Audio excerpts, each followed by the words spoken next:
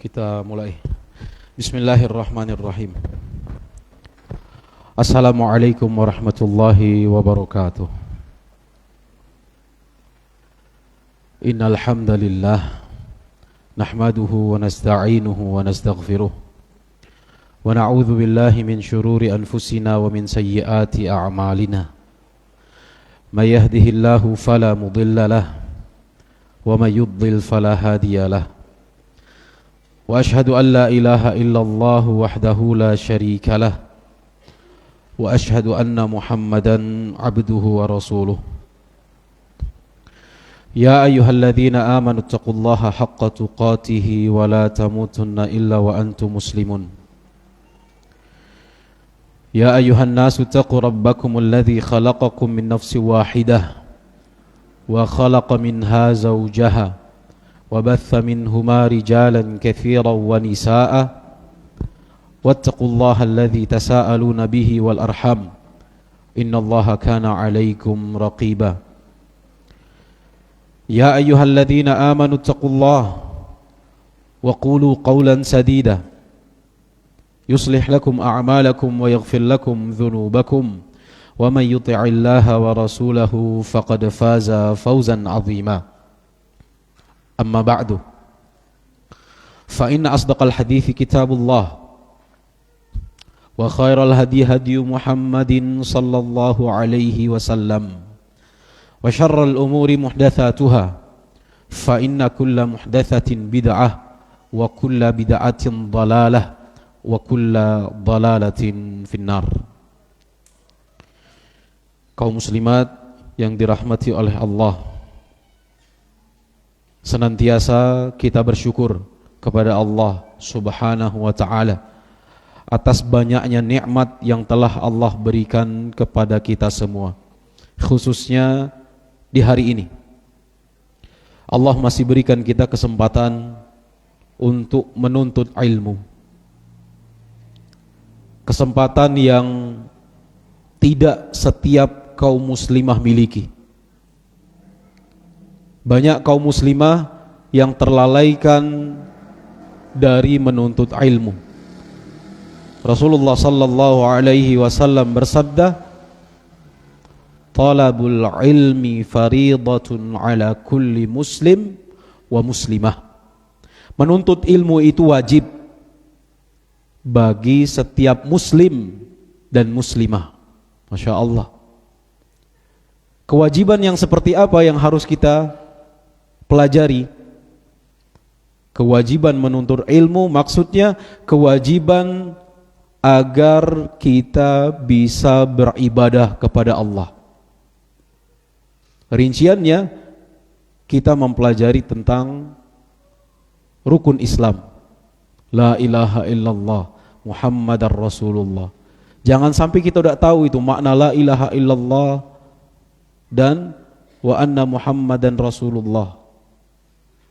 Serta kita mempelajari terkait salat, ibadah yang sangat agung, tentunya dengan mempelajari toharoh, bersuci, berwudu, entah itu tayammum, entah itu berwudu, mengusap khuf dan yang lainnya. Perkara-perkara yang najis juga dipelajari.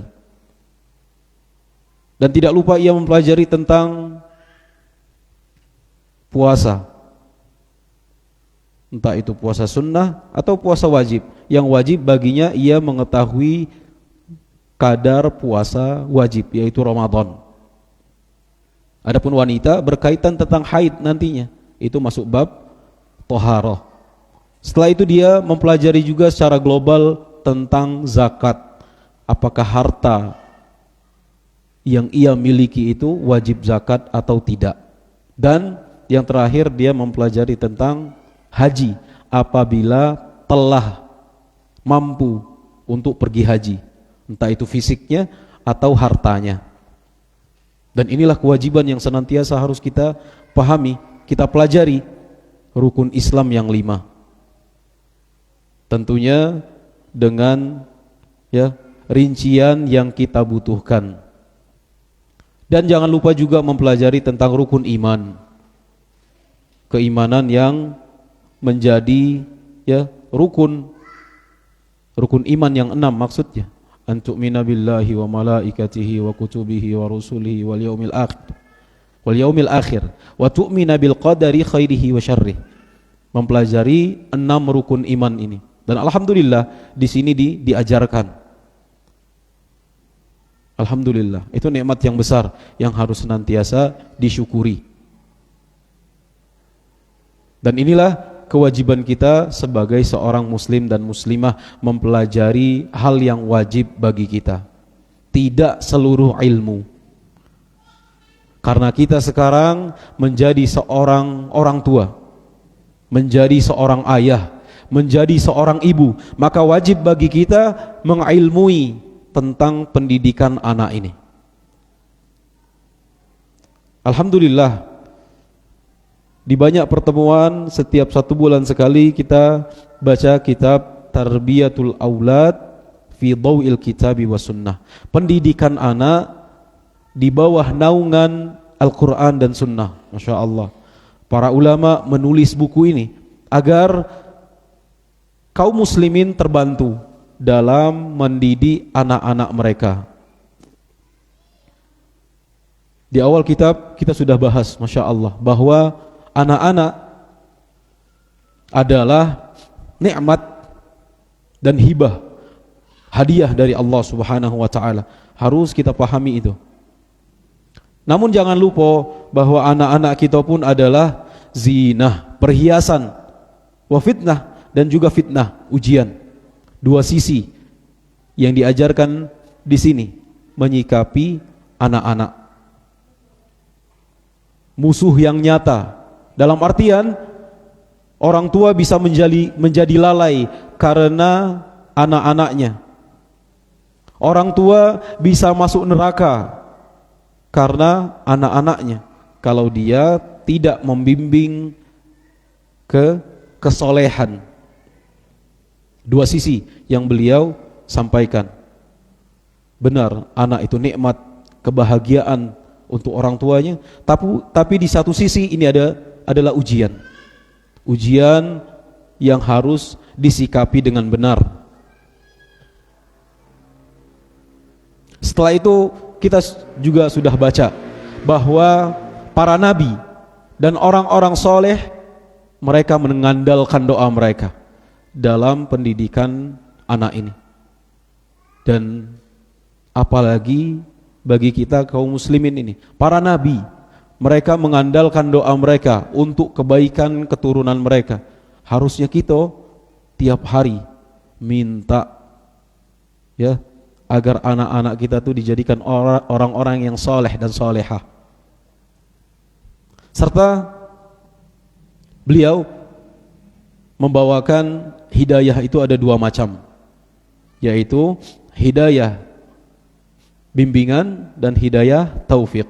Adapun yang bisa kita usahakan sekarang menempuh hidayah yang pertama, yaitu hidayah penjelasan, irsyad, bimbingan. Mangko ya, tidak putus asa. Satu sisi kita mengusahakan agar anak kita ini jadi soleh dan soleha, tapi satu sisi memang ini nih hidayah itu milik Allah Subhanahu wa ta'ala. Kita berusaha untuk mendidik anak-anak kita menjadi orang soleh dan soleha. Kita sekolahkan dia, kita pondokkan dia, kita didik dengan adab yang baik. Ini usaha kita. Namun kita tidak hanya mengandalkan usaha semata, kita mengandalkan doa, harapan yang besar agar Allah berikan taufik kepada anak-anak kita ini. Kenapa? Betapa banyak orang-orang yang impiannya besar agar anaknya itu jadi orang yang berhasil dalam dunia dan mudah-mudahan di akhirat. Mereka mengharapkan hal itu. Namun tatkala anaknya berbalik, ada timbul kekecewaan, timbul putus asa. Padahal hidayah itu milik Allah. Yang bisa kita usahakan, berusaha agar anak-anak kita ini tumbuh menjadi orang yang soleh dan solehah. agar mereka tahu agama ini penting dalam kehidupan. Terus kita sudah baca alhamdulillah langkah-langkah dalam mendidik anak. Beliau membawakan poin yang pertama, memulai memperbaiki diri sendiri. Masya Allah, kita hadir di sini berusaha untuk memperbaiki diri. Dan bukan berarti orang yang ngomong nih la soleh, na'udzubillah, tidak. Dan beranggapan diri kita ini soleh semua, tidak. Namun ada usaha untuk menjadi orang soleh itu. Berusaha kita kumpul bersama orang-orang yang soleh, teman-teman yang baik, teman-teman yang memberikan manfaat dalam ilmu dan amal bagi kita. Ini yang pertama, berusaha untuk memperbaiki diri. Kita pengen anak yang soleh dan soleha, maka mulai dari diri sendiri. Yang kedua kata beliau, memilih pasangan. Masya Allah, bagi yang masih gadis, yang masih bujang, dia jaga dirinya, jaga kehidupannya. Jangan sampai dia salah dalam pergaulannya, salah dalam langkahnya. Dia persiapkan dirinya untuk mendapatkan anak yang soleh dan solehah. Maka pilih pasangan yang soleh dan solehah. Dan dikhususkan di sini memilih ibu. Masya Allah, karena ibu-ibu itu adalah madrasah pertama bagi anak-anaknya. Nak dari siapa lagi anak-anak itu dapat bimbingan yang benar kalau bukan dari ibunya. Yang jadi masalah, ibunya udah belajar, sibuk tiktokan, sibuk bikin konten, sibuk facebookan terus. Ini jadi masalah. Berita viral taulah dia. Ini kehancuran. Apa yang diharapkan kalau ibunya tidak berusaha memperbaiki diri, berusaha untuk belajar dan mengamalkan ilmu yang ia punya? Harusnya seperti itu. Namun kenyataannya berbalik. Maka peringatan bagi kaum muslimat, ibu-ibu yang hadir di sini, berusahalah terus untuk hadir kajian. Berusaha terus untuk menyempatkan waktu duduk di majelis ilmu. Karena keberkahan itu di majelis ilmu. Jadilah online tat.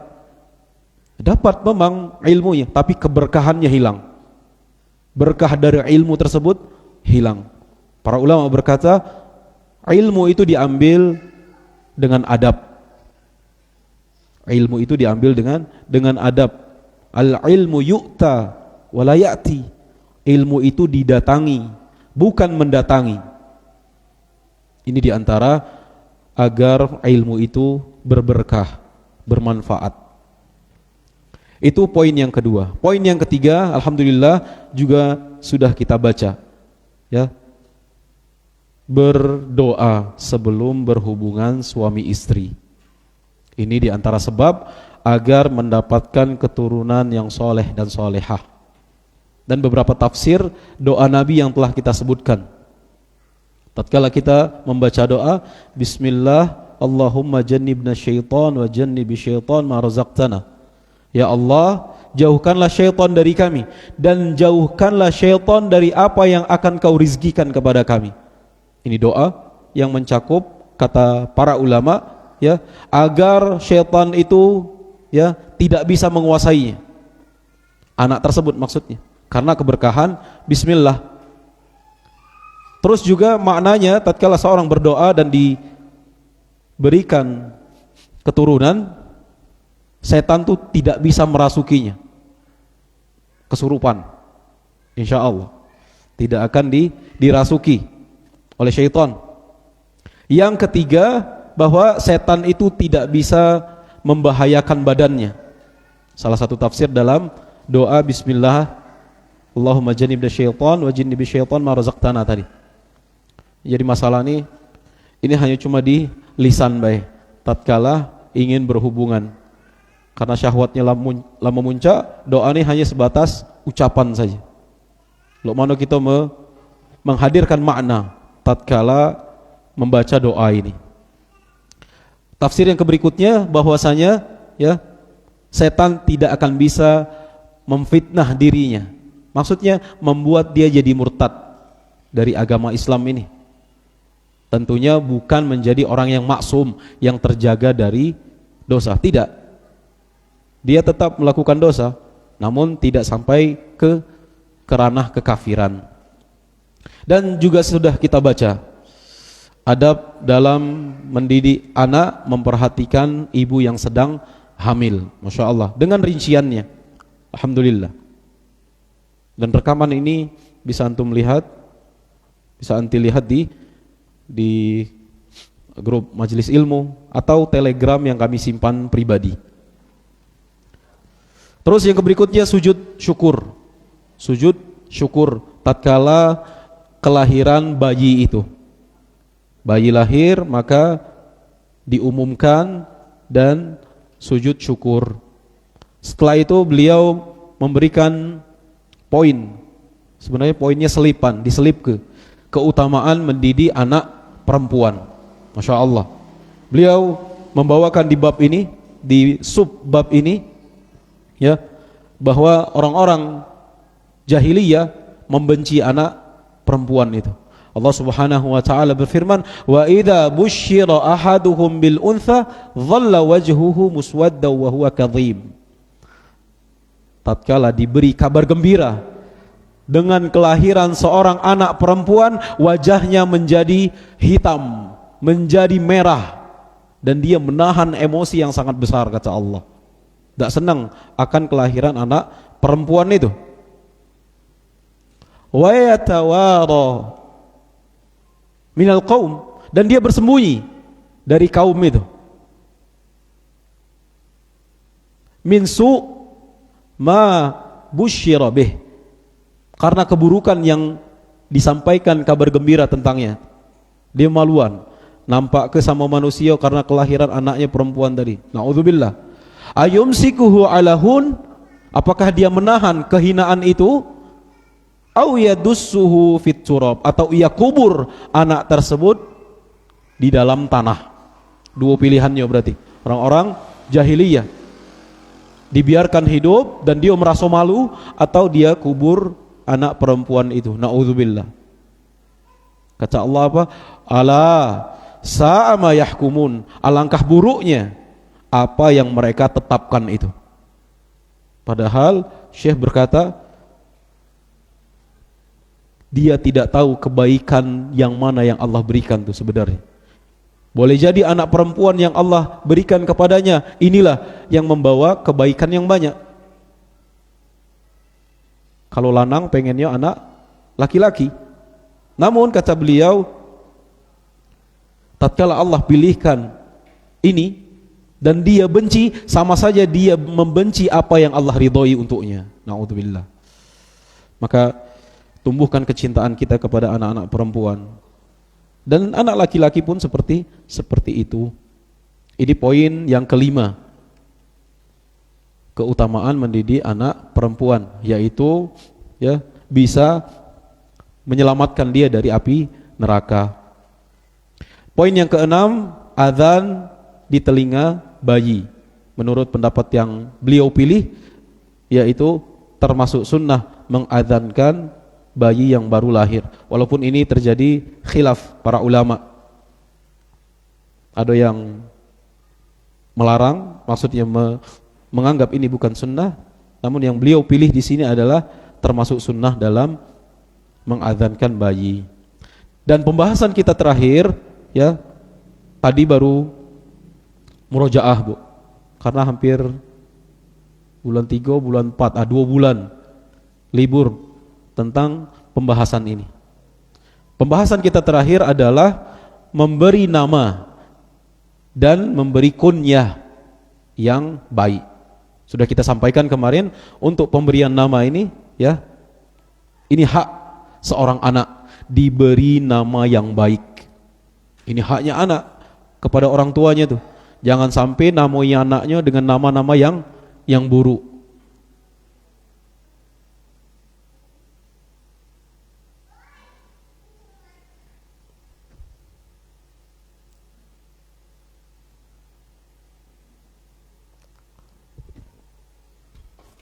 Dan juga sudah kita baca, Nabi SAW merubah nama-nama yang baik tadi dengan nama-nama yang nama-nama yang buruk tadi dengan nama-nama yang baik.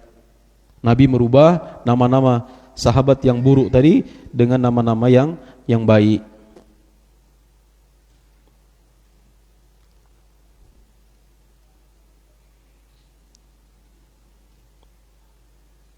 Sebagaimana beliau mengganti nama orang ya Asiyah pakai sod, ain sod ya tak martu. Asiyah, orang yang senantiasa bermaksiat.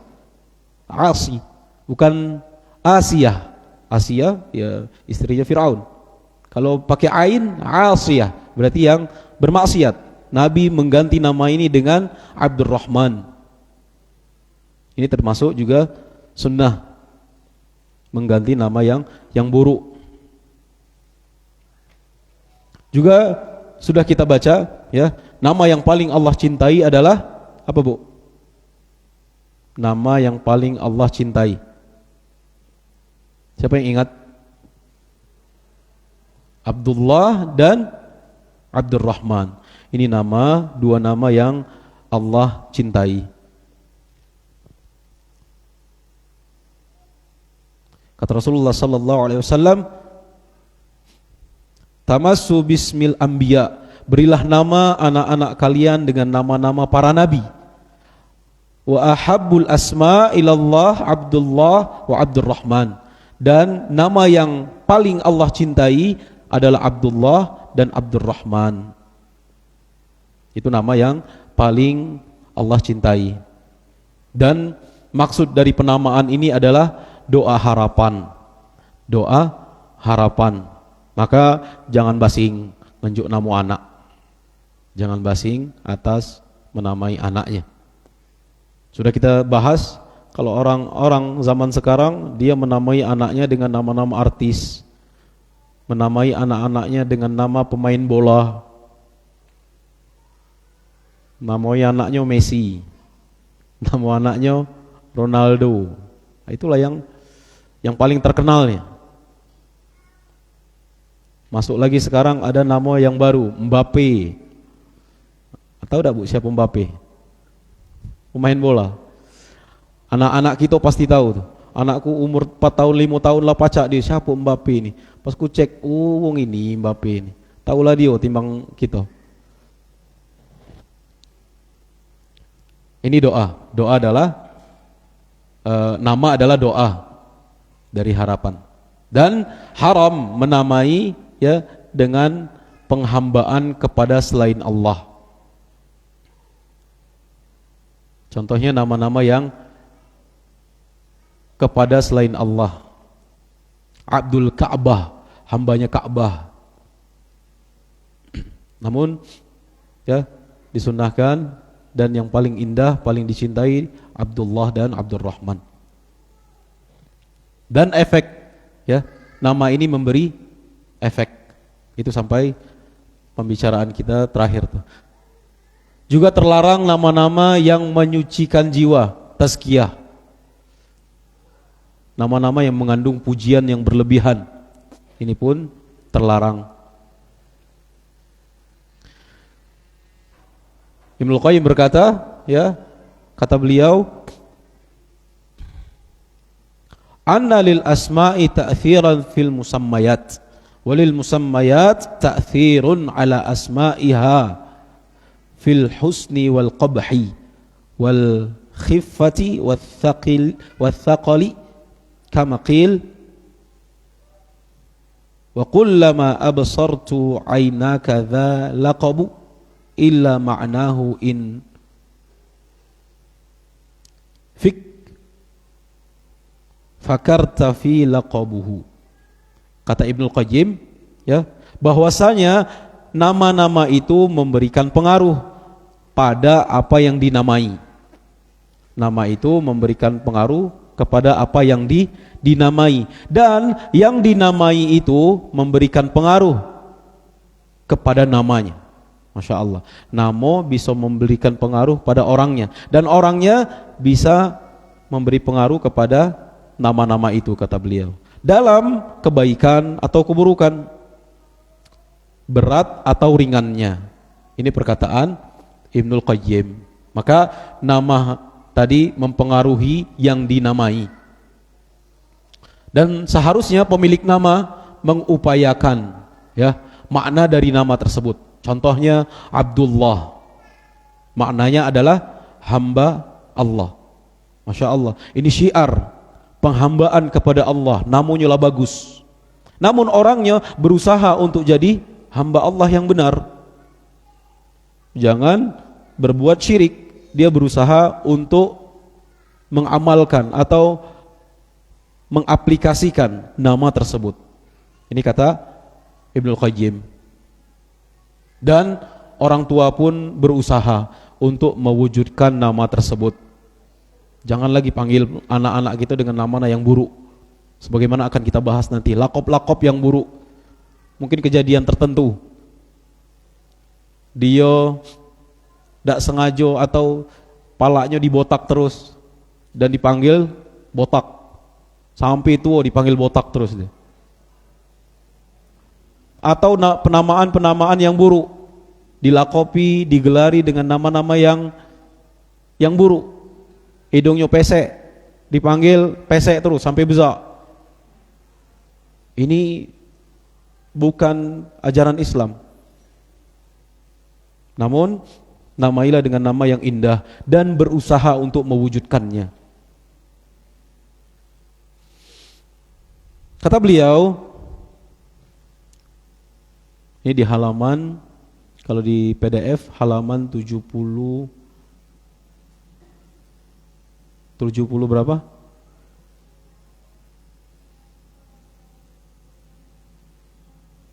Oh bukan.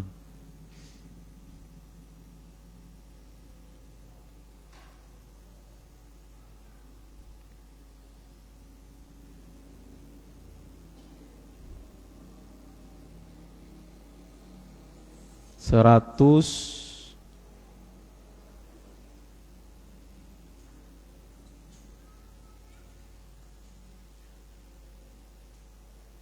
107, baik, itu dia halamannya. 107, 108.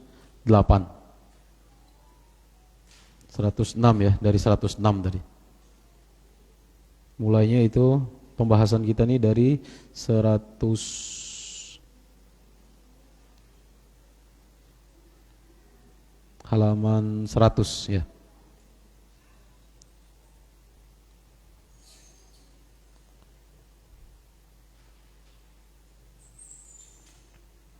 Baik, tadi ada nama pembahasan dari Ibnul Qayyim. Kata beliau, ya, sebagaimana yang telah kita sebutkan tadi, nama itu memberi pengaruh kepada yang dinamai, dan yang dinamai itu memberi pengaruh kepada namanya. Terus syairnya sudah kita baca tadi, ya. Wa qillama, itu harusnya tadi. Wa qillama absarta aynaka idza laqabu illa wa ma'nahu in fakarta fi laqabihi. Alangkah sedikitnya engkau memandang kepada laqab itu,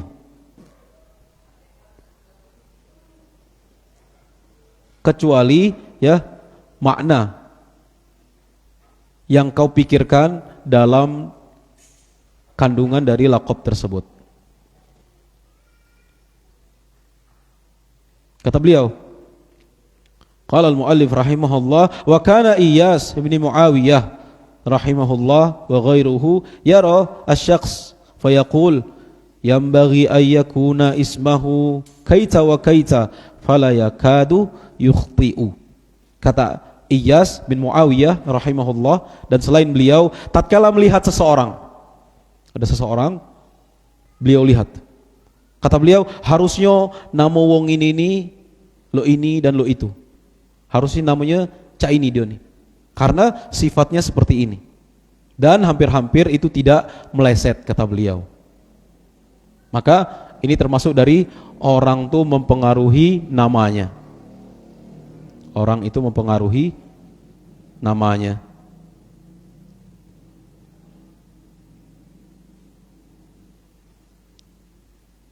Wa sa'ala Umar bin Khattab rajulan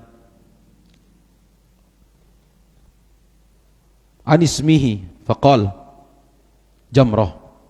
Seorang ya ditanya. Jadi Umar bin Khattab bertanya kepada seorang lelaki tentang namanya. Siapa namamu?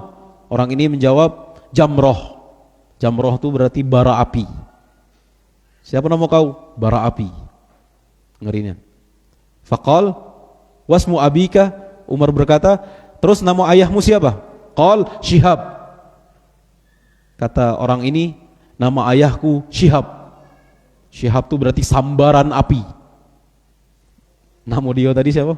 Bara api. Nama bapaknya sambaran api. Qala faman? Maka Umar berkata, ya, dari mana? Bisa dari kabilah apa? Dari, kata beliau, Al-Haraqah, yang terbakar. Al-Haraqah. Faqal faman ziluka? Umar berkata lagi, rumahmu di mana? Tempat tinggalmu maksudnya. Bahratun nar, lautan api. Qal fa aina maskanuka? Maka di mana ya tempat tinggalmu? Kalau tadi itu mungkin kabilah atau alamat. Kalau yang ini tempat tinggalmu di mana? Kata beliau, bidzati lava, pemilik kobaran api. Ngerinya nama wong ini. Namanya tadi bara api. Nama bapaknya sambaran api. Terus nama kabilahnya lautan api. Tempat tinggalnya pemilik kobaran api. Berkaitan tentang api dia. Qal, maka Umar berkata, idhab, pergilah, pulang. Faqad ihtaraqa baskanak, sungguh telah terbakar rumahmu. Fadhahaba fawajadal amr kadzalik. Maka orang ini pulang dan dia mendapati rumahnya terbakar. Baik, ini kisah yang beliau sampaikan. Syahid kita, poinnya adalah ya, hati-hati dengan menamai dengan nama yang buruk, dengan nama-nama yang keras, kasar, buruk. Ini tadi katanya mau keren mungkin, berkaitan dengan api, mangko semangat, berkobar. Tapi ini membahayakan. Dan juga syahidnya atau poin yang bisa kita ambil dari athar ini, ya, hati-hati juga menyampaikan firasat. Umar tatkala bertanya perkara ini, beliau ya firasat orang soleh. Firasat orang soleh. Hati-hati menyampaikan firasat kita tuh. Dari keburukan maksudnya. Tapi kalau dalam kebaikan, ini tafa'ul, optimisme. Silakan disampaikan. Kalau ada yang bertanya atau cerita kepada kita dengan hal-hal yang buruk, atau dia punya perasaan yang buruk, alih ke tenang, tidak apa-apa, kebaikan, tenang baik. Kita memberi ya ketenangan untuk orang lain. Terus kata beliau, kama abbara Nabi sallallahu alaihi wasallam an ismi Suhail ila suhulati amrihim yauma al-Hudaybiyah fakana al-amru kadzalik. Kemudian kata Syekh, Rasulullah sallallahu alaihi wasallam mentakbir. Maksudnya mentakbir tuh ya menjelaskan, menyebutkan nama Suhail. Ini Suhail bin Amr namanya, pemuka Quraisy. Tatkala perjanjian Hudaybiyah, jadi perjanjian Hudaybiyah itu Nabi ceritanya nak berangkat ke Makkah, nak umroh. Tapi sampai di tempat yang namanya Hudaybiyah nih dicegat sama kafir Quraisy. Tidak boleh umroh. Tidak boleh umroh. Setelah itu perjanjian, setelah itu ada perdebatan yang alot. Ada ya semacam tidak terima lah. Umar sampai ngomong sama Abu Bakar, ya katanya umroh gitu nih tahun ini, ngapain ini tidak? Harusnya pacak kita nih berperang melawan mereka. Jadi di Hudaybiyah inilah masing-masing mengirimkan utusan dari Nabi Muhammad dan para sahabatnya, ya beliau sendiri, dan mengutus Uthman ke Mekah dulu. Tersiar kabar Uthman dibunuh, kabarnya baik, kabar burung. Setelah itu Uthman balik lagi, terjadilah perjanjian Hudaybiyah ini. Dan utusan dari kaum Quraisy yaitu ini, Suhail bin Amr ini. Tatkala Suhail datang, kata Rasulullah, laqad sahula lakum min amrikum. Tatkala Suhail ini datang, kan nama Suhail itu artinya kemudahan. Arti Suhail itu adalah kemudahan. Beliau tatkala melihat Suhail ini, sungguh perkara kalian telah dimudahkan. Masya Allah.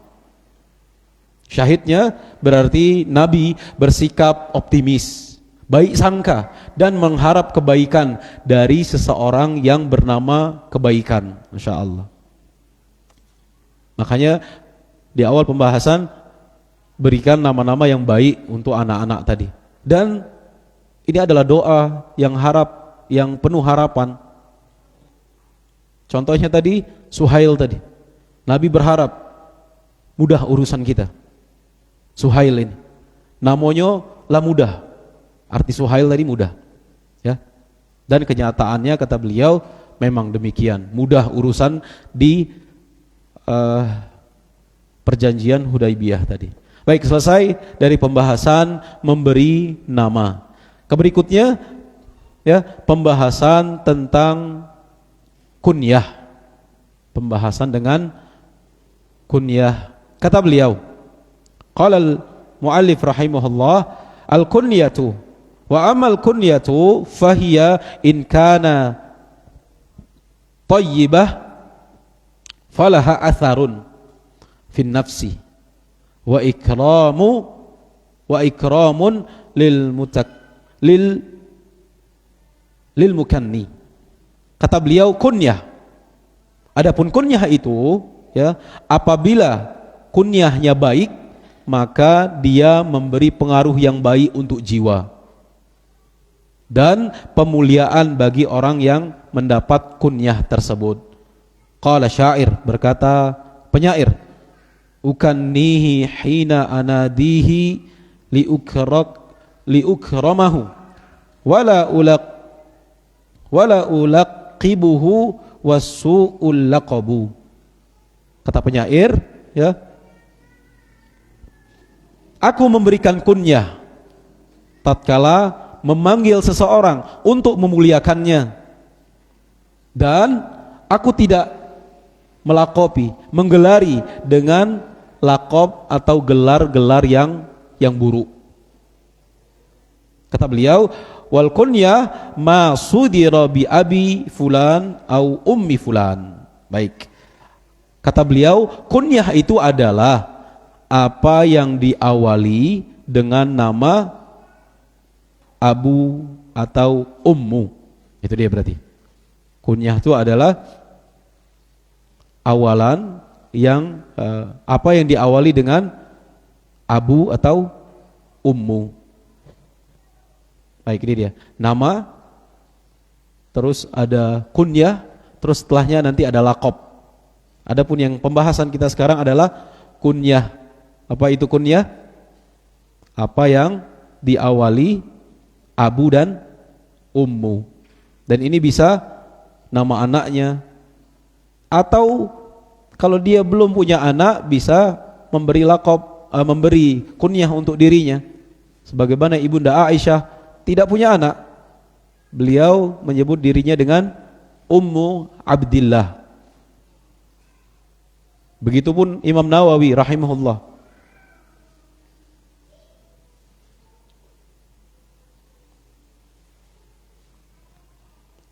Tidak harus punya anak untuk punya kunyah.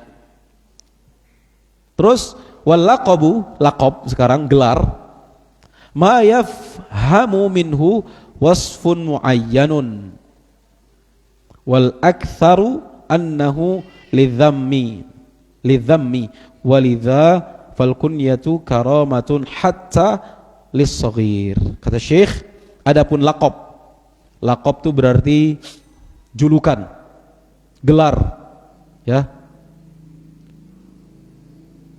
sebutan atau julukan yang dipahami pada sifat-sifat tertentu, yang kebanyakannya adalah celaan atau hinaan. Itu kebanyakannya laqab-laqab itu. Memang kalau kita baca kitab-kitab para ulama dahulu, mereka digelari dengan, contohnya Imam Nawawi Muhyiddin atau Zainuddin, dengan nama-nama gelar. Walaupun Imam Nawawi dia berlepas diri dari gelar Muhyiddin, yang artinya adalah penghidup agama, yang menghidupkan agama. Namun Imam Nawawi tidak rela dia dinamai seperti itu. Dan yang beliau sebutkan ini yang terjadi banyak di masyarakat. Ini yang kita sebutkan tadi. Gara-gara anak ini tidak katik rambut, dia omong ke botak, terus sampai besar. Gara-gara bapaknya dulu galak minum minuman keras, dipanggil botol. Nauzubillah. Sampai besar. Dan hati-hati, jangan sampai kita rela dari lakop-lakop yang seperti ini. Kalau ada anak kita disebut pesek sama wong, tidak, jangan, mancung dia nih. Jangan normalisasi, itu bahasa sekarang. Dia apa namanya? Dihalal ke.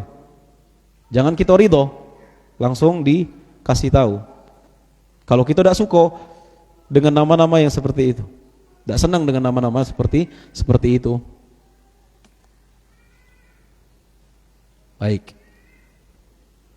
Terus kata beliau, kunyah juga ini ya adalah bentuk pemuliaan untuk seseorang dan juga bisa diberikan kepada anak kecil. Waqad kunna an-nabiy sallallahu alaihi wasallam Aba Umair wa huwa saghirun fakana yudaibuhu fayaqul ya Aba Umair ma fa'ala Nughair. Dan Rasulullah sallallahu alaihi wasallam memberikan kunyah kepada Abu Umair yang ketika itu beliau masih anak-anak. Beliau bercanda dengannya. Kata Rasulullah, ya Aba Umair, wahai Abu Umair, ma fa'ala Nughair? Apa yang dilakukan Nughair, sejenis burung kecil tadi? Kenapa? Karena burung kecilnya, piaroannya ini mati. Jadi ditanyo atau dihibur oleh Rasulullah. Imam Syafi'i sampai ya menyebutkan banyak faidah dari hadis ini. Adapun yang bisa kita ambil bahwasanya Nabi SAW memberikan kunyah kepada anak kecil. Maka sebut atau berikan kunyah bagi anak-anak kita, tentunya dengan kunyah yang baik. Abu Abdillah, berarti kita berharap dia nanti punya anak Abdullah yang benar-benar menghambakan diri kepada Allah. Abdul Rahman, Abdul Ghani, Abdul Aziz, dengan nama-nama Allah yang lainnya.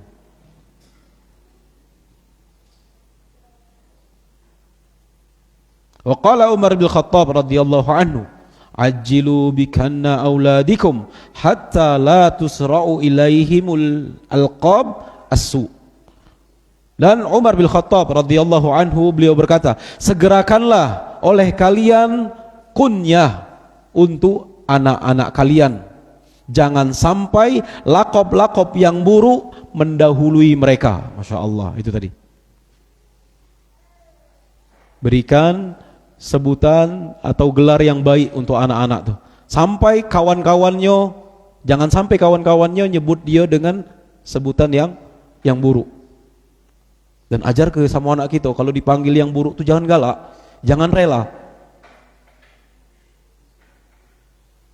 Biasanya kalau di pergaulan anak-anak, mangko dia pacak diterima dalam komunitas atau tempat tongkrongannya, tidak apa-apa lah dia omongi cak itu, mangko diterima. Ajarkan anak-anak, jangan galak dipanggil dengan nama yang buruk atau gelar-gelaran yang buruk. Baik, itu pembahasan kita tentang kunyah. Selesai berarti nama, kunyah, dan laqab. Adapun penulisannya ini dalam pembahasan bahasa Arab. Yang lebih diutamakan nama itu namanya pribadi, baru kunyah, baru laqab. Jangan dibalik. Adapun laqab tuh pasti di akhir. Kunyah dan nama ini boleh tertukar. Boleh kunyah dulu baru nama aslinya. Tapi yang jadi masalah kita nih samar wong tuh tidak tahu. Ummu fulan nih siapa? Siapa Ummu fulan tidak tahu. Jadi samar wong tuh. Mending jok tahu nih namanya, apa salahnya? Ummu fulan. Contoh Ummu Ibrahim. Nama aslinya siapa? Jok tahu. Jangan disamarkan. Maka wong tuh tidak suudzon. Ini banyak di Facebook biasanya kan. Ummu apa? Isinya cacian kali. Tidak tahu nih siapa ini nih. Baik, selesai itu pembahasan kita dari kunyah. Masuk pembahasan yang berikutnya. Langkah pendidikan anak yang ke-9 kata beliau. Al-aqiqah. Qala al-muallif al-aqiqatu an-nasikah. Akikah atau juga biasa disebut dengan nasikah. Namun yang tersebar di masyarakat kita adalah akikah. Kata beliau, "Tsumma ba'da dzalika yanbaghi lil muslimi an ya'uqqa an waladihi wa hiya sunnah wa yara ba'dul ulama wujubaha." Masyaallah. Kata beliau, kemudian setelah itu selayaknya bagi seorang muslim dia mengakikahi anaknya. Dan ini sunnah kata beliau. Dan sebagian ulama berpendapat ini wajib. Baik, Masya Allah Bu. Kita langsung diinjuk tahu bahwa hukum dari masalah akikah itu khilaf ulama. Ada ulama yang menyebutkan ini sunnah, ada yang menyebutkan ini wajib. Dan masing-masing memiliki dalilnya.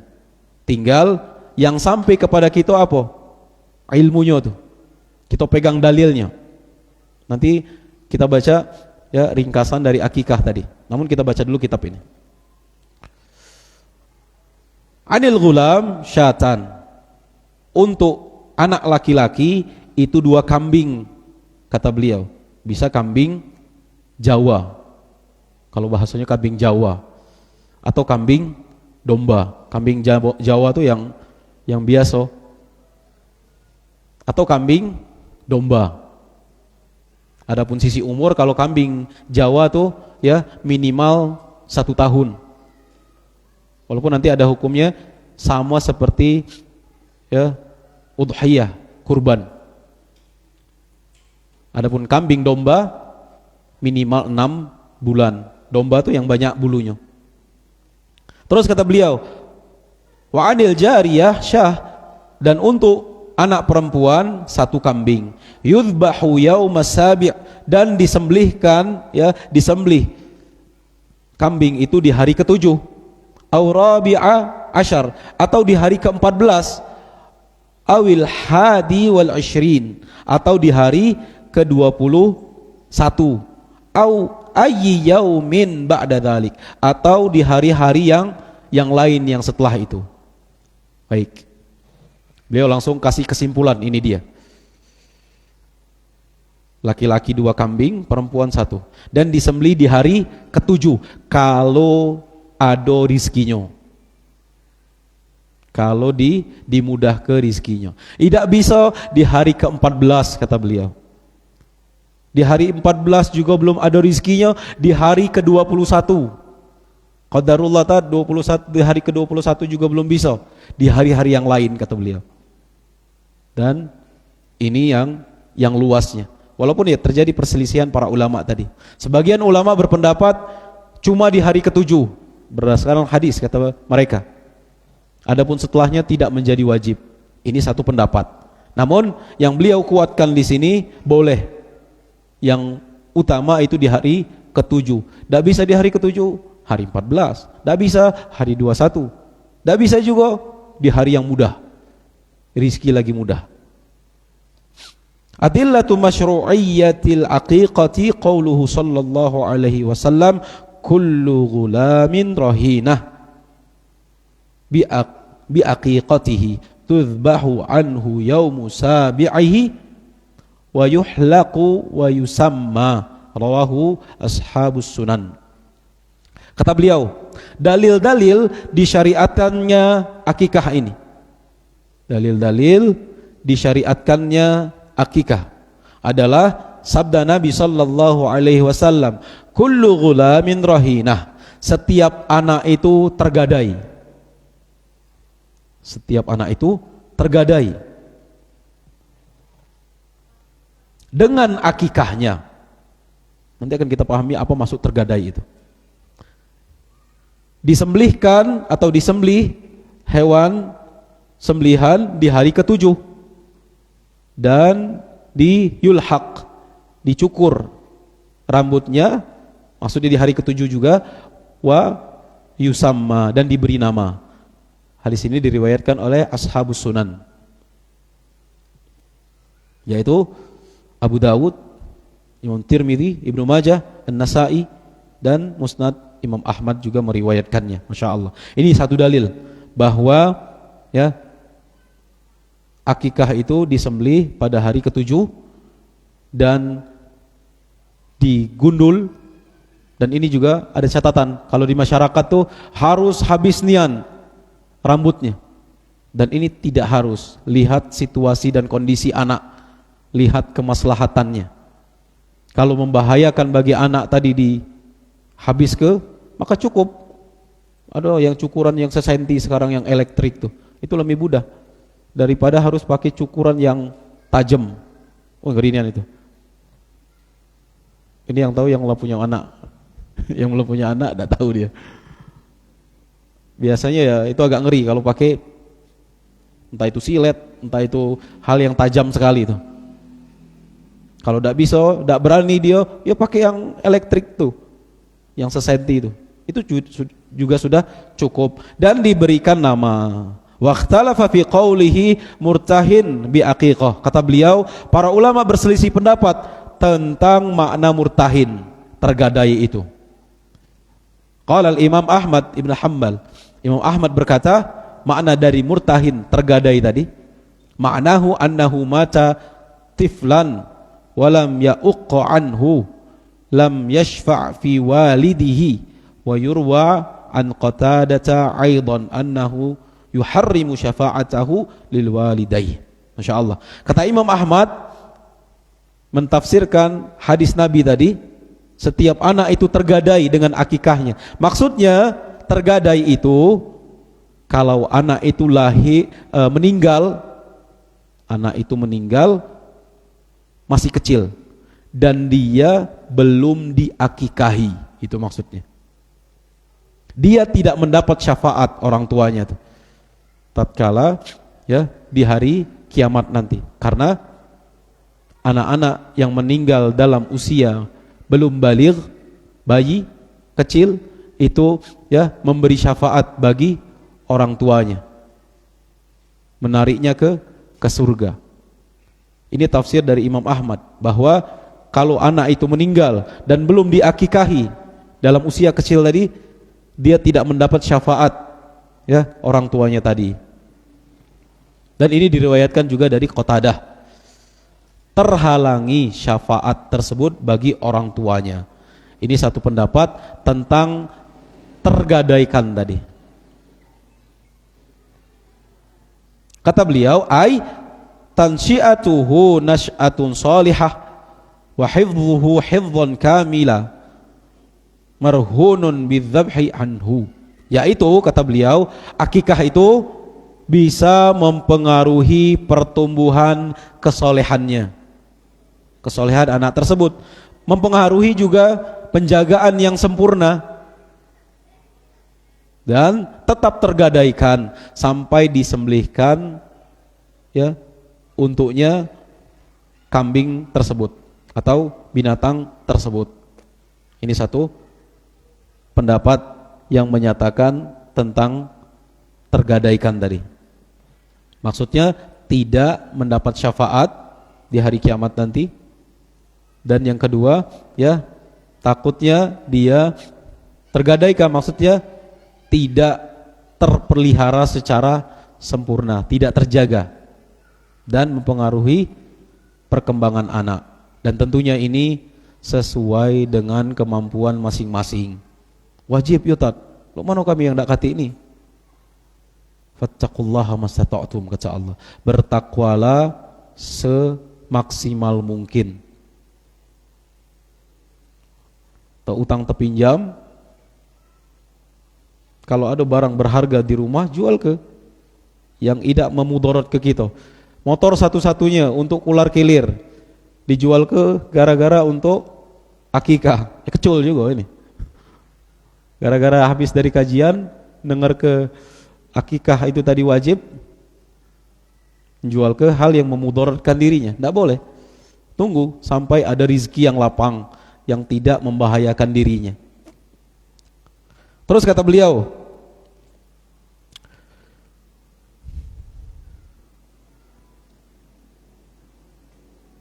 qala Ibnul Qayyim, Imam Ibnul Qayyim berkata, fakanat al-aqiqatu fidaan takhlisan lahu min habzi syaitan lahu wa sijnihi.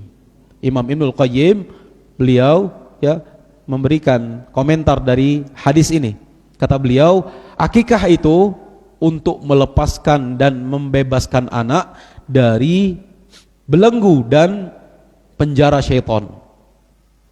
Ini manfaat dari akikah. Kata Ibnul Qayyim, qala Al-Khattabi, Al-Khattabi berkata, ikhtalafan nasu fi hadha. Manusia berselisih pendapat dalam masalah ini. Tergadaikan itu maksudnya. Wa ajwadu ma qila fihi ma dhahaba ilaihi Imam Ahmad Ibn Hanbal rahimahullah. Dan yang paling tepat, yang paling ajwad, paling bagus pendapatnya adalah apa yang dikatakan oleh Imam Ahmad tadi. Yaitu dia tidak mendapat syafaat di hari kiamat nanti. Qala hadza minasyafa'ah. Beliau berkata, ini termasuk dari syafaat tadi. Yuridu annahu idza lam ya'uqqa anhu famata tiflan lam yashfa' fi abawaihi. Yang dimaksudkan di sini kata beliau, ya, kalau dia tidak diberikan haknya untuk diakikahi dan dia meninggal anak tadi, dia tidak mendapatkan syafaat orang tuanya tadi. Dan terakhir pembahasannya tanbih. Wa unabbihu ila ba'dil umur. Dan kami ingatkan beberapa hal di sini kata beliau. Ada 4 yang beliau sebutkan. Poin-poin yang harus kami himbau.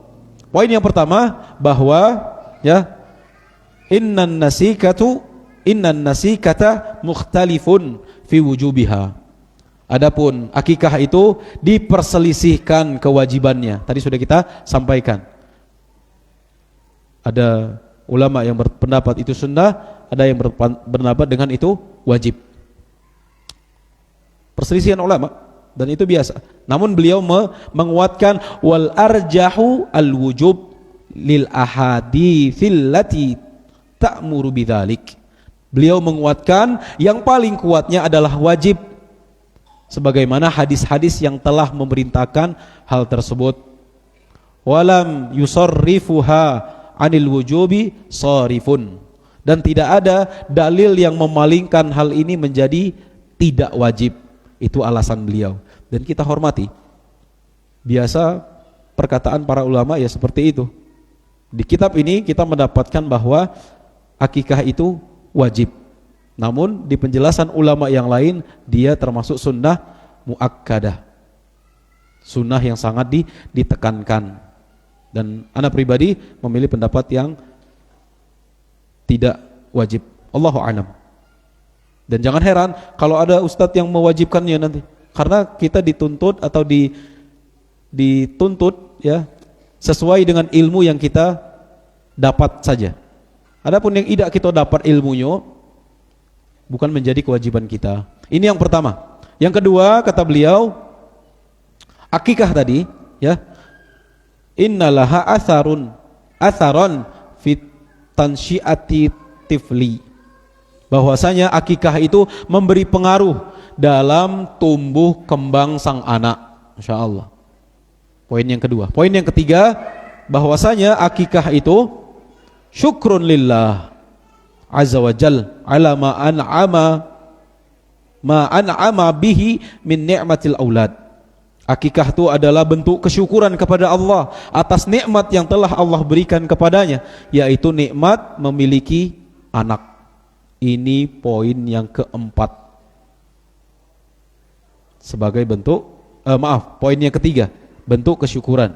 Adapun poin yang keempat yang beliau sampaikan, innaha tashmalul adz-dzukur wal untha kama fi hadis Ummu Kurzin. Bahwasanya akikah itu mencakup laki-laki dan perempuan. Mungkin ada di sebagian masyarakat bahwa akikah itu hanya untuk laki-laki. Tidak, ini berlaku untuk laki-laki dan perempuan. Sebagaimana hadis Ummu Kurzin, annaha sa'alat an-nabiy sallallahu alaihi wasallam 'anil aqiqah. Tatkala beliau bertanya kepada Nabi, Ummu Kurzin tadi, tentang akikah. Faqal, kemudian Rasulullah sallallahu alaihi wasallam bersabda, anil ghulam syatan wa anil jariyah syatun wala yadurrukum dzukranan aw inatha. Masya Allah. Untuk laki-laki 2 kambing, untuk perempuan 1 kambing, dan tidak akan membahayakan kalian kambing itu mau laki-laki atau kambing itu perempuan. Masya Allah. Ini kata Rasulullah. Berarti boleh akikah dengan kambing wedok. Tapi yang lebih utama memang kambing jantan. Ngapa? Salah satunya ya, kalau kambing betino yang dilelek, takutnya dia meninggalkan anaknya. Berarti ya harusnya dia nyusu kepada anaknya. Ini emaknya dilelek, nyusu sama-sama lagi dia. Dan takutnya ada janin yang ada di dalam perutnya tadi itu. Walaupun ya sah secara sembelihan. Tapi di antara masyarakat kalau ada anaknya di dalam tuh, dia udah galak makannya. Sebagian ada yang seperti itu. Adapun halal sebenarnya. Sebagian ulama berpendapat janin dari hewan sembelihan itu halal. Tidak harus disembelih juga. Dia mengikuti hukum induknya. Wallahu a'lam. Wahia bimanzilati an-nusuk inda ahlil ilmi. Akikah ini sama seperti nusuk, kurban, hewan kurban maksudnya. Fala yajuzu fiha a'raj wala maksurah wala maridah wala aura wala a'war wala yuba'u min lahmiha syai'un wala min jildiha ya'kulu minha ahlaha wa tusaddiquna wa yut'imun. Masya Allah. Kata beliau, akikah ini sama seperti ya hewan sembelihan kurban maksudnya. Tidak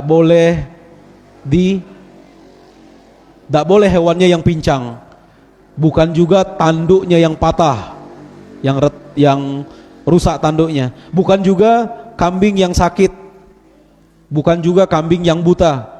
Tidak boleh hewan akikah tadi dijual, walaupun kulitnya tidak boleh dijual, dan boleh dimakan oleh keluarganya. Contohnya bapaknya tadi mengakikahi anaknya, boleh dia makan dari hasil sembelihannya tadi. Karena di sebagian masyarakat beranggapan tidak boleh makan sembelihan akikahnya dewek. Tidak, yang benar adalah boleh. Dan juga bersedekah serta memberi makan orang lain. Bisa dibagi 3 berarti.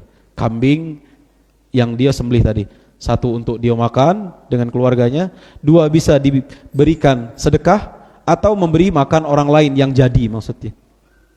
Bisa juga dihadiahkan. Wallahu a'lam. Terakhir di kalimat beliau, wa minas sunanil lati hatha 'alaiha an-nabiy sallallahu alaihi wasallam halqur ra'si. Termasuk sunnah yang Rasulullah sallallahu alaihi wasallam anjurkan kepada umatnya mencukur rambut. Jangan diterjemahkan secara letterlek. Halqur ra'si. Halq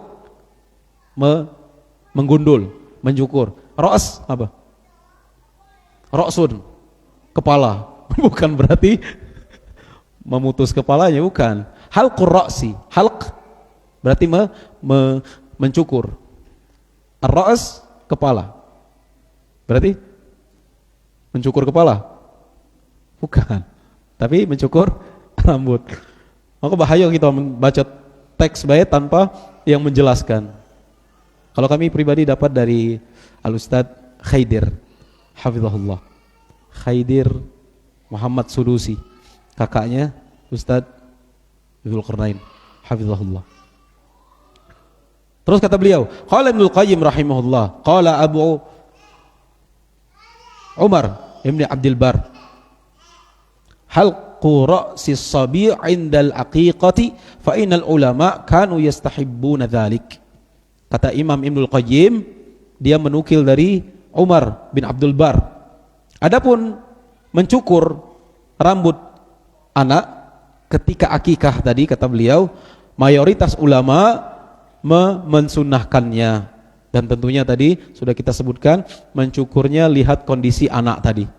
Kalau bapaknya berani ya mencukur nian, cukur dewek. Tapi kalau dia tidak berani, bawa ke tukang cukur yang biasa. Jangan tenang bae. Kalau dia takutnya membahayakan anaknya. Kan kesian. Entah lagi pakai silet yang cukuran itu. Ngeri. Kalimat terakhir yang beliau sampaikan di sini, wa an Ali bin Abi Thalib radhiyallahu anhu qala. Dari Ali bin Abi Thalib, aqqa Rasulullah sallallahu alaihi wasallam 'anil Hasan bisyah. Rasulullah sallallahu alaihi wasallam mengakikahi Hasan bin Ali, cucunya berarti, 1 kambing, Masya Allah. Dan ini satu dalil bahwa akikah itu tidak harus 2 datanya. Dengan dalil ini boleh dengan 1. Kalau dia mampu beli 2, ya 2, silakan. Lihat keluasan rizki yang Allah berikan kepadanya. Tapi kalau belum bisa mengakikahi cucunya dengan 1 kambing. Dan ini juga dalil bahwa bolehnya orang lain mengakikahi anak tersebut. Dah harus ayahnya. Nabi mengakikahi siapa ini? Hasan, cucunya. Hasan bin Ali radhiyallahu anhu.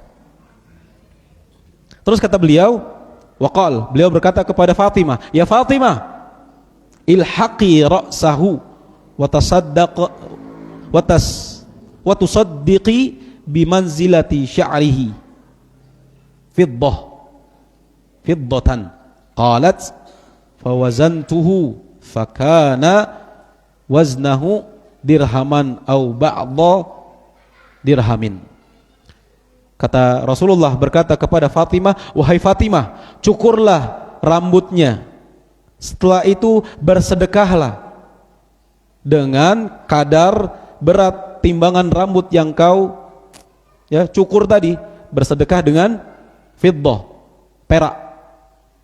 Kemudian kata Fatimah, kemudian aku menimbang rambutnya tadi dan aku dapati 1 dirham atau beberapa dirham perak. Berarti termasuk juga sunnah di hari ke-7 mencukur rambutnya. Kalau pacak ditimbang. Dan biasanya rambut bayi itu rata-ratanya 1 gram sampai 1,5 gram.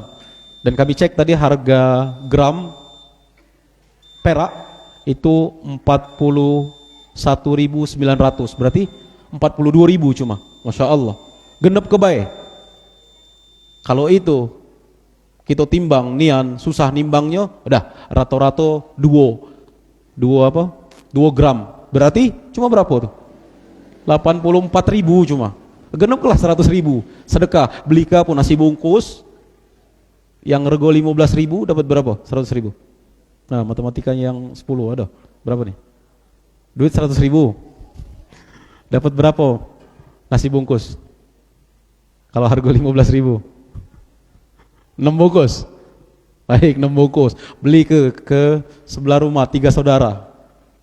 Nasi telok 15.000. Udah bagi ke.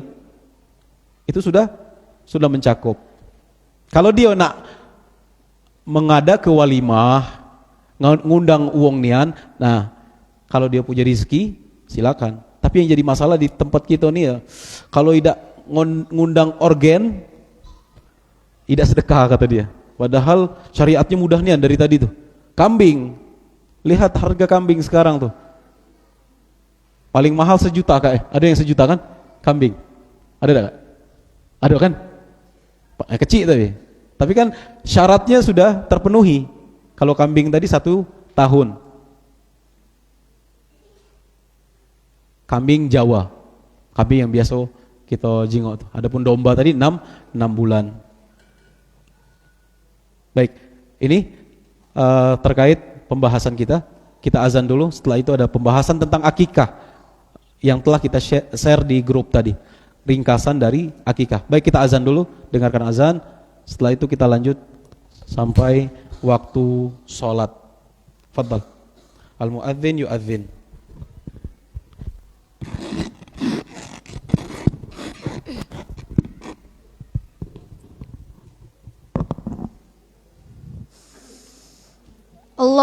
Allahu Akbar, Allahu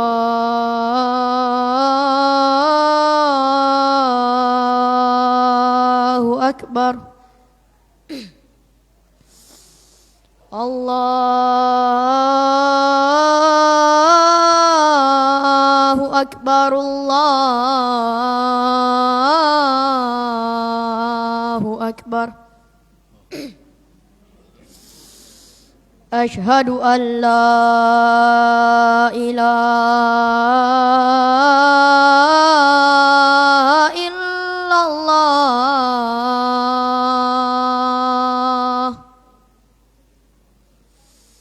Asyhadu an la ilaha illallah.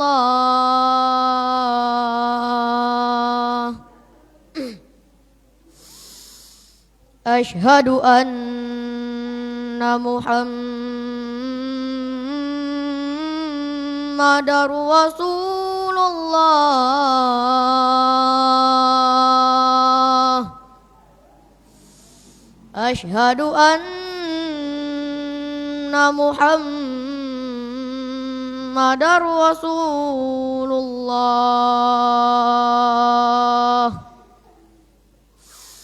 Hayya 'alas shalah.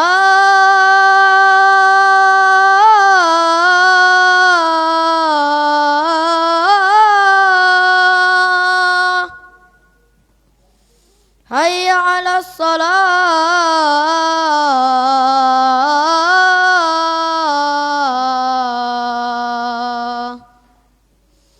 Hayya 'alal falah.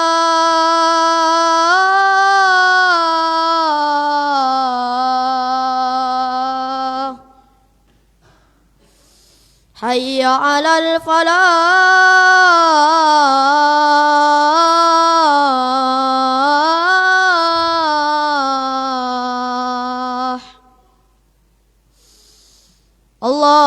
Allahu Akbar, Allahu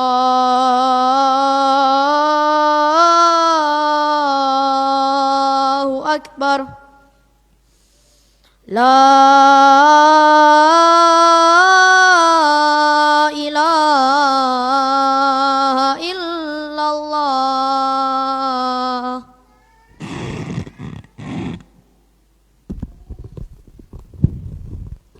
Baik, pembahasan terakhir sudah kami share tadi dan panitia sudah men-share-nya juga.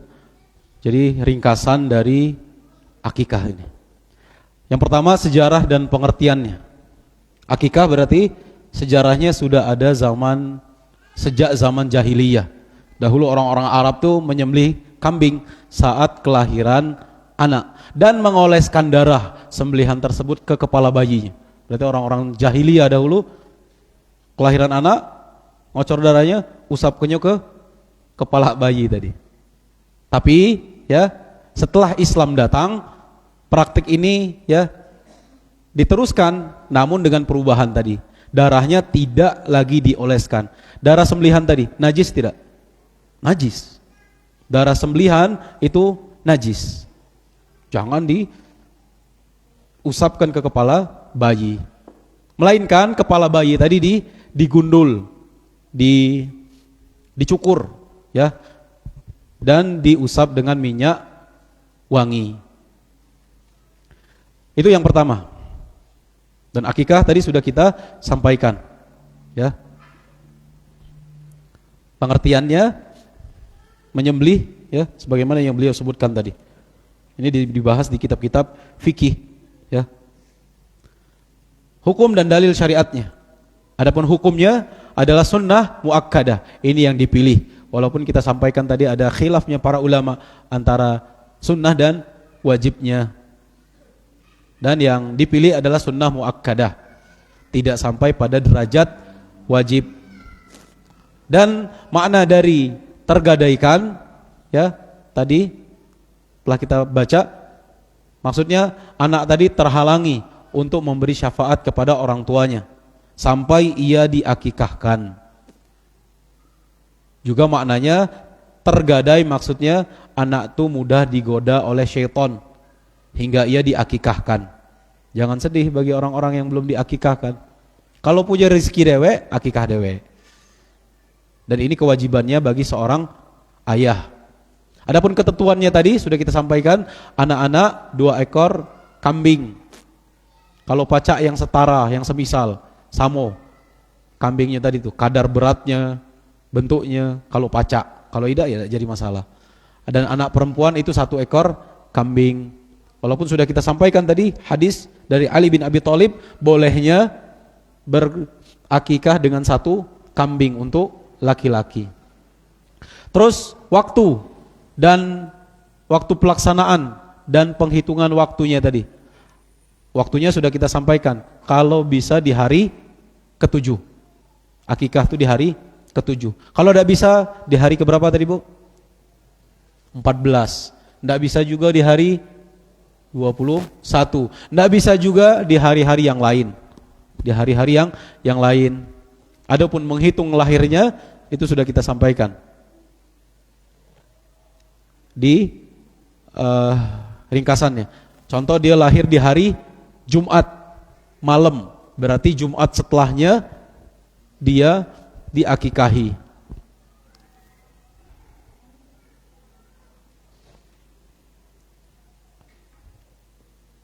Terus di hari ke-7 tadi ada 3 kegiatan ya, menyembelih yaitu akikah tadi, disembelihkan, mengalirkan darah tadi, dan itu bentuk ketaatan kepada Allah Subhanahu wa taala. Nyembelihnya bismillah Allahu akbar dan niatkan dalam hatinya. Kalau pacak bapaknya dewek sebenarnya yang menyembelihnya. Kalau tidak pacak, tahan lihat darah, ya orang lain yang menyembelihkannya. Niatnya hanya dia dan Allah. Tidak harus dia melafalkannya.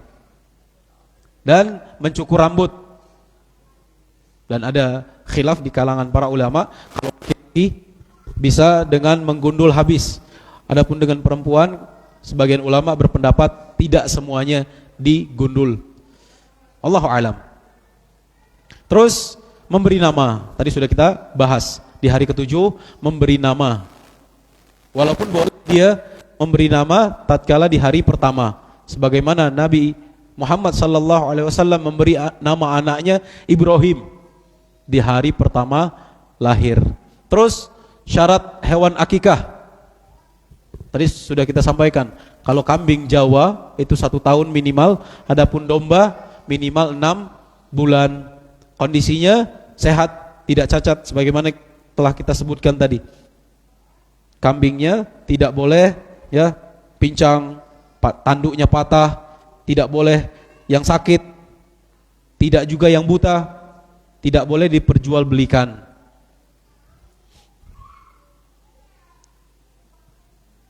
Dan ada ulama yang menyebutkan ya boleh berkurban dengan unta dan sapi untuk akikah. Namun yang lebih utama dengan kambing sebagaimana sabda Nabi sallallahu alaihi wasallam. Dan dalam akikah ini tidak ada tasyrik. Apa maksudnya tasyrik? Tak boleh digabung ke dalam satu kambing. Akikah satu kambing untuk dua wong, tak boleh. Contohnya yang boleh hanya dalam kurban satu sapi dengan berapa orang? Berapa? 7 orang. Dengan 7 orang bisa bersyirikat ya. Tapi akikah enggak boleh. Satu anak, satu kambing. Minimalnya. Laki-laki bisa dengan 2 kambing. Tidak diikutkan. Terus ketentuan pelaksanaan. Ya, itu tadi tanggung jawab pada dasarnya kewajiban ayah. Namun orang lain seperti kakek boleh melakukannya sebagaimana Nabi sallallahu alaihi wasallam tadi ya mengakikahi Hasan kalau ayah tidak mampu atau ayahnya mampu tapi dia memberikan izin untuk orang lain mengakikahi anaknya, maka itu boleh. Adapun lokasinya, contohnya anak ini dilahirkan di Pagar Alam, bapaknya ada di Jakarta. Mana yang lebih utama? Di tempat anak itu lahir. Itu yang lebih utama. Di mana tempat anak itu berada. Mirip dengan ketentuan zakat fitrah. Terus ada pembahasan yang berikutnya, kasus bayi yang meninggal atau keguguran dalam akikah ini. Kalau dia meninggal sebelum hari ke-7, tetap disyariatkan untuk diakikahkan. Walaupun dia bercampur dengan kesedihan. Keguguran jika usia kandungan sudah mencapai 4 bulan. Karena di usia ini ruh ditiup. Apa hadis? Hadis apa? Shadiqul masduq. Ingat itu? Arba'in. Sudah hafal kan? Hadis keberapa itu? Hafal kan Arba'in Nawawi? Hadis Ibnu Mas'ud. Ya, bikatsbi rizqihi wa ajalihi wa amalihi syaqiyun aw sa'idun. Itu ditentukan catatannya. 4 itu tadi. Kalau mencapai sudah 4 bulan, ruh ditiupkan, maka bayi tersebut tetap diakikahkan. Kalau kurang dari itu tidak disyariatkan. Kalau keguguran sebelum 4 bulan, maka tidak ada kewajiban akikah. Dan pembahasan terakhir yang ke-10, akikah setelah dewasa. Bagi orang dewasa yang belum sempat diakikahkan oleh orang tuanya, ada perbedaan pendapat di kalangan para ulama. Ada yang membolehkan secara mutlak untuk mengakikahkan diri sendiri guna menebus gadaian tersebut tadi. Dan pendapat lain menyatakan itu adalah hak atas ayahnya, karena bapaknya yang wajib mengakikahi anaknya. Jika tidak dilakukan masa tadi 7 hari, kalau dia sudah lewat, maka ya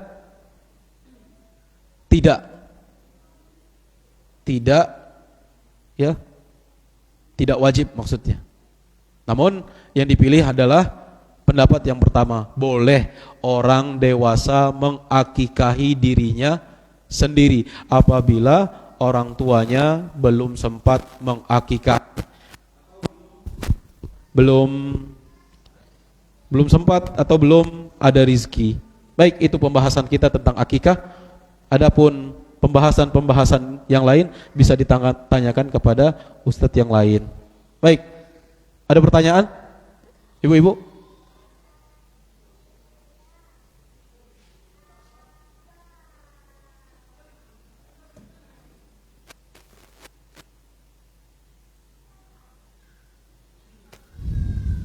Masya Allah, banyak nih. Baik, sudah ada pertanyaan yang masuk kepada kita? Bismillah. Assalamualaikum. Waalaikumsalam warahmatullahi wabarakatuh. Apabila anak laki-laki 2 kambing, apabila anak laki-laki tapi diakikah 2 kambing 1 kerbau, Masya Allah. Anak laki-laki diakikahi 2 kambing 1 kebau, Masya Allah. Kalian tahu kerbau? Lah pernah jenguk kerbau? Mahalnya regonya. Apakah itu sah? Dan anak perempuan 1 kambing tapi diakikahkan 1 sapi. 1 kambing 1 sapi, anak perempuan. Apakah sah? Masya Allah. Dari riwayat yang kita temui tadi, ya, memang ada pembahasan bolehnya akikah dengan selain kambing, ya. Namun yang lebih utama adalah dengan kambing. Apakah itu sah? Sahnya kambing sama kambing tadi. Adapun kerbau sama sapi, wallahu alam, Bu. Khilaf para ulama dalam masalah ini. Boleh atau tidaknya? Karena praktik Nabi sallallahu alaihi wasallam, beliau mengakikahi Hasan tadi dengan kambing. Walaupun ya mungkin ustadz yang lain punya pendapat yang lain. Adapun ana pribadi cukup dengan kambing saja. Wallahu a'lam.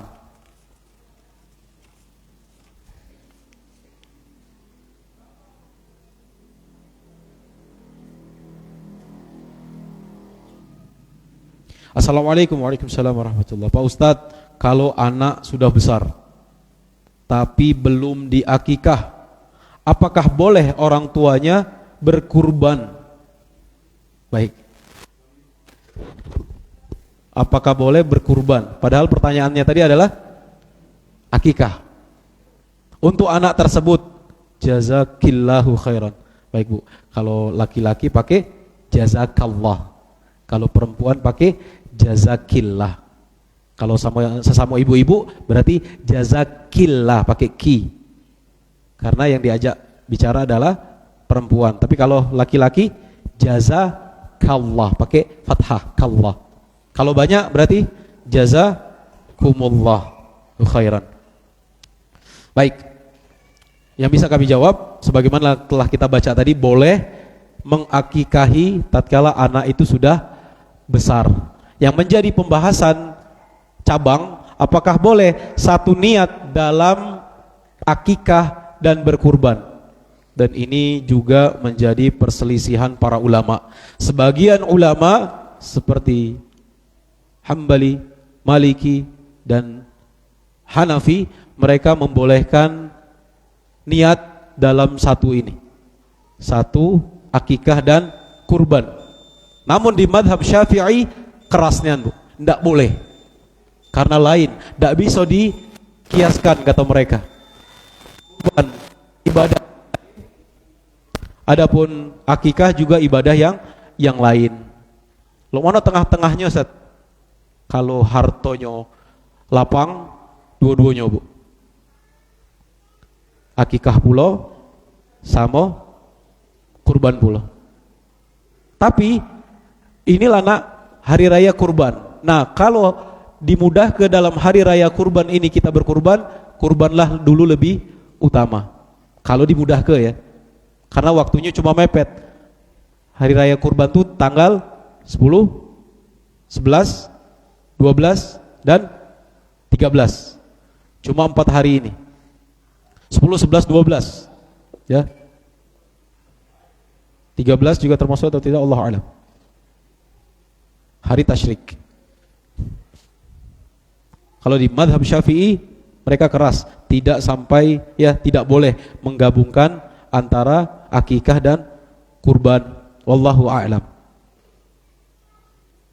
Dan ya, masalah ini masalah yang luas dan kita harus berlapang dada dari perbedaan yang ada ini. Wallahu a'lam. Bismillah, ada 2 pertanyaan. Ustadz, bolehkah kambing akikah diberikan kepada panitia kurban supaya diurus untuk dibagikan langsung kepada kaum muslimin tanpa harus dimasak dulu? Ini pertanyaan pertama.